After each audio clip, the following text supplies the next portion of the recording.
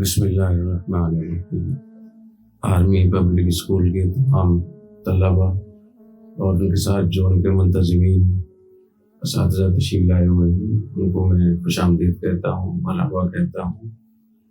اور بہت اچھا آغاز ہے، بہت اچھی پیش رفت ہے، خصوصاً جس طبقے سے آپ کا تعلق ہے طلباء کا، اس کے حوالے سے، اور جو موجودہ ہمارے حالات ہیں اور جو چیلنجز آپ کا سامنا کر رہے ہیں ان کے حوالے سے، فوج اور عوام کے درمیان جو دوریاں ڈالی جا رہی ہیں، جو نفرتیں ڈالی جا رہی ہیں، مذہبی طبقہ اور فوج کے درمیان جو دشمنیاں پیدا کی جا رہی ہیں، اور ان دشمنیوں کے نتیجے میں آئے دن ہم دیکھ رہے ہیں کہ اسلام کے نام پہ، مذہب کے نام پہ فوج پہ حملے ہوتے ہیں، آرمی پبلک اسکول پہ حملہ ہوا اور بہت سی جگہوں میں۔ تو یہ کہ ایسا چیلنج ہے ہمارے سامنے، اس کو ہمیں مل کر اس کو حل کرنا ہے، اس کو دیکھنا ہے۔ تو آپ حضرات کا یہاں تشریف لانا اس جامعۃ الرشید میں، اس کے لیے ایک بہت اہم پیش رفت ہے، بہت اہم قدم ہے۔ میں بہت شکریہ ادا کرتا ہوں کور کمانڈر کراچی جناب جنرل بابر افتخار صاحب کا، انہوں نے خاص طور پہ ہمیں یہ موقع فراہم کیا کہ آپ حضرات کا ہم اکرام کر سکیں، آپ سے ملاقات کر سکیں، اور اس لحاظ سے بھی ہمارے لیے خوشی کی بات ہے۔ ظاہر ہے کہ ہم 24 گھنٹے یہاں اپنے کاموں میں مصروف ہوتے ہیں، اور افواج کو جو ان کی حیثیت ہمارے دین میں ہے، اس کے حساب سے ان کو عزت دینا، ان کا اکرام کرنا، ان کا استقبال کرنا، ان کی حوصلہ افزائی کرنا ہی ہمارا فرض بنتا ہے۔ تو ہمیں خود آپ کے پاس آ کر آپ کی حوصلہ افزائی کرنی چاہیے۔ اگر آپ تشریف لائیں تو ہمارے لیے توہری خوشی کی بات ہے۔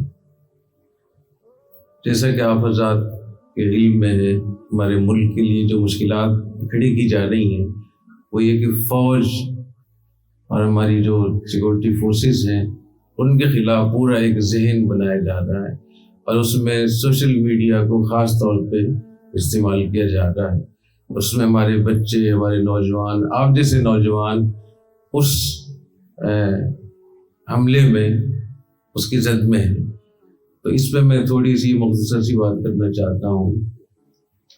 یہ جو 5th جنریشن وار کی بات ہوتی ہے کہ پہلی جو جنگ، جو پہلی قسم تھی، اس وقت میں تو یعنی جنگ کی 5 قسمیں ہو گئی نا، تو 5ویں قسم یہ جس کا اب ہم سامنا کر رہے ہیں۔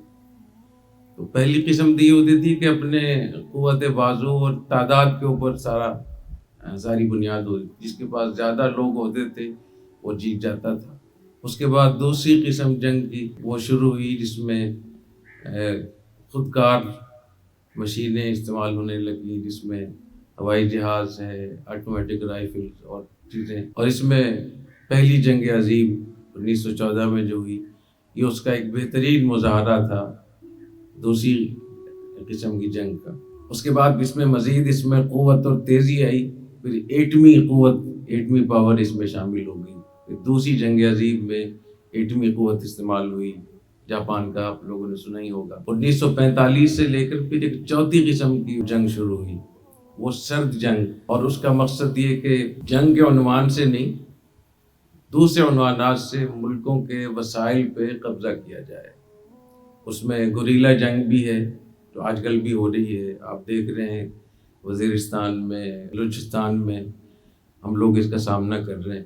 یہ تقریباً کوئی 55 سال تک اسی جنگ میں دنیا رہی ہے۔ اس میں افغانستان بھی آیا، اس میں ویتنام بھی آیا، اس میں اور بہت سارے، کیونکہ آپ لوگوں کا فوج سے تعلق ہے نا، فوج، اس لیے میں تھوڑی جنگ کے حوالے سے بات کرنا چاہ رہا ہوں کہ ہم کہاں کھڑے ہیں اس وقت۔ پہلی جو 3 قسمیں تھی جنگ کی، اس میں تو ملکوں پر قبضہ کرنا یا ملکوں کو تباہ کرنا تھا۔ پھر چوتھی قسم تھی، اس میں یہ تھا کہ جنگ کا عنوان بہت اچھا ہے، سفارتکاری ہے، تعلیم ہے، میڈیا ہے، تو وسائل پہ قبضہ کرنا۔ 5ویں جو قسم کی جنگ ہے جس سے ہم گزر رہے ہیں، اور جو آپ سے تعلق ہے، جو بچے آپ میرے سامنے تشریف رکھتے ہیں، وہ ہے کہ لوگوں کے عقلوں پر قبضہ کر لیا جائے، لوگوں کے دماغ اور ذہنیت پر۔ دماغ قبضے میں آ جائیں تو پھر وسائل بھی قبضے میں آ جائیں گے، ملک بھی قبضے میں آ جائیں گے، اور جیسے چاہیں گے اس کو۔ اور وہ کس طریقے سے کہ پروپیگنڈا کیا جائے، لوگوں کو اپنے ملک کے خلاف کر دیا جائے، جیسے مولانا طارق مسعود صاحب نے بات کی کہ ہم اپنے ہی ملک کے خلاف ہمارا ذہن بن رہا ہے، ہم اپنی ہی فوج کے خلاف بات کرتے ہیں، تو جہاں بھی ہم بیٹھتے ہیں تو ہمارا مشغلہ یہ بن گیا ہے۔ تو یہی وہ 5th جنریشن وار ہے جس میں ملکوں کے جو لوگ ہوتے ہیں ان کے دماغوں پر قبضہ کر لی جاتا ہے۔ جیسے ایک تو کمپیوٹر ہوتا ہے، اس کی ہارڈ شکل ہوتی ہے اس کی، ایک اس کے اندر پروگرام ہوتا ہے، اصل چیز تو پروگرام ہے۔ تو پہلی جتنی بھی جنگیں ہوئی تھیں وہ ہارڈ پاور کی تھی، اب یہ سافٹ پاور ہے، اور یہ اتنی طاقتور ہے کہ اس میں پہلی چاروں قسمیں جنگ کی وہ ہیچ اور کمزور ہیں، یہ سب سے طاقتور ہے جس کا آپ سامنا کر رہے ہیں۔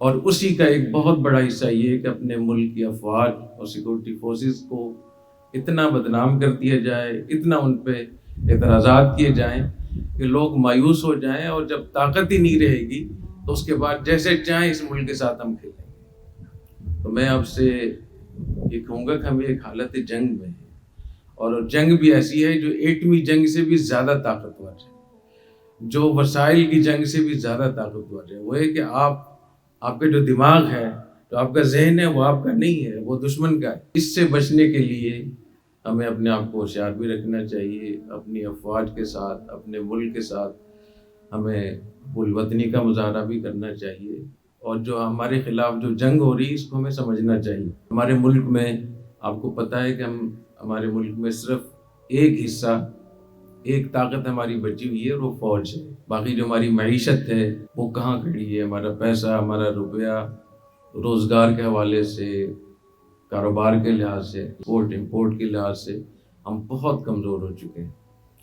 صرف ایک ہمارے پاس ایک قوت اور طاقت بچی ہوئی ہے، وہ ہماری افواج ہے، چاہے وہ آرمی ہو، ایئر فورس ہو، نیوی ہو۔ کوشش کی جا رہی ہے کہ اس ہمارے آخری پلر کو نقصان پہنچایا جائے، اور آپ حیران ہوں گے کہ دنیا میں جتنی بھی باتیں پاکستان کے خلاف ہو رہی ہیں سب سے زیادہ فوج کے خلاف ہو رہی ہے۔ لوگوں کو پتہ ہے کہ اصل جگہ یہی ہے، تو ہمیں اپنی افواج کے ساتھ، اپنے ملک کے ساتھ ہمیں کھڑا ہونا چاہیے۔ یہ پہلے بھی بتاتا رہتا ہوں کہ جب آپ اسلامی تاریخ کو آپ پڑھیں گے، کہ بر صغیر کی تاریخ اتنی بڑی تاریخ ہے، اس میں جو ایسٹ انڈیا کمپنی تھی وہ تو ایک تاجر کمپنی تھی، یعنی تجارت کے لیے وہ لوگ آئے تھے، ایسٹ انڈیا کمپنی والے۔ تو انہوں نے کیسے اس ملک پہ قبضہ کیا؟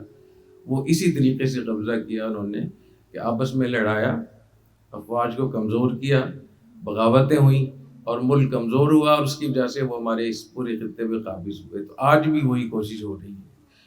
تو جتنی میں سمجھتا ہوں کہ ہماری افواج میں جو اللہ تعالیٰ نے ایک ہمیں قوت اور طاقت عطا فرمائی ہے، جو ایک ایٹمی قوت ہمیں عطا فرمائی ہے، جو آج کے زمانے کی جو ٹیکنالوجی ہے وہ اللہ نے ہمیں عطا فرمائی، اس کی ہمیں قدر کرنی چاہیے۔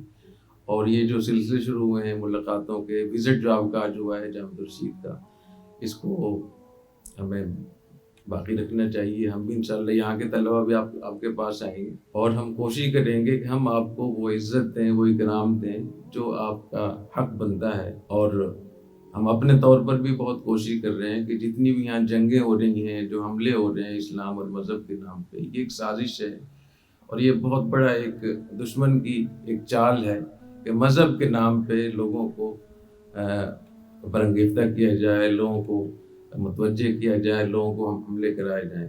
تو یہ ہماری ذمہ داری ہے کہ مذہب کے حوالے سے بھی ہم لوگوں کو سمجھائیں، بتائیں کہ شرعاً جائز نہیں ہے، حرام ہے۔ میں اسی پر اکتفا کرتا ہوں، اور جو حضرات تشریف لائے، آپ کے جو ذمہ دار ہیں، میں بہت شکریہ ادا کرتا ہوں، اور میں کوشش کروں گا کہ اس وقت میں آپ کے پاس وہاں آ کر ہم بات کریں، اور یہ جو آپس کا تعلق ہے اس تعلق ہم باقی رکھیں انشاءاللہ تعالی۔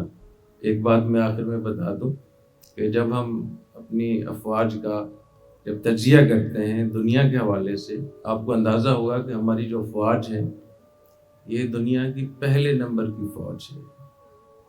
یہ دنیا ہمارے ساتھ انصاف نہیں کرتی، اور ہمیں خود بھی انصاف نہیں کرنا آتا۔ جو اللہ نے ہمیں طاقت عطا فرمائی ہے، اور جتنے بھی 15 20 25 سالوں میں جنگیں ہوئی ہیں، صرف پاکستان اپنا دفاع کر سکا ہے، باقی کسی ملک نے اپنا دفاع نہیں کر سکا۔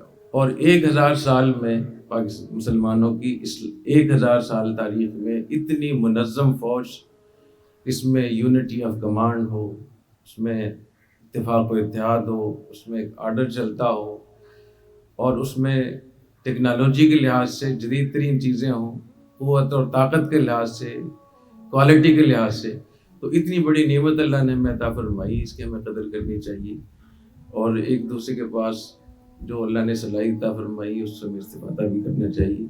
میں بہت شکریہ ادا کرتا ہوں جنرل بابر افتخار صاحب کا اور کمانڈر صاحب کا کہ انہوں نے ہمیں موقع دیا۔ اللہ تعالیٰ قبول فرمائے۔ بہت شکریہ آپ حضرات کا۔ السلام علیکم ورحمۃ اللہ وبرکاتہ۔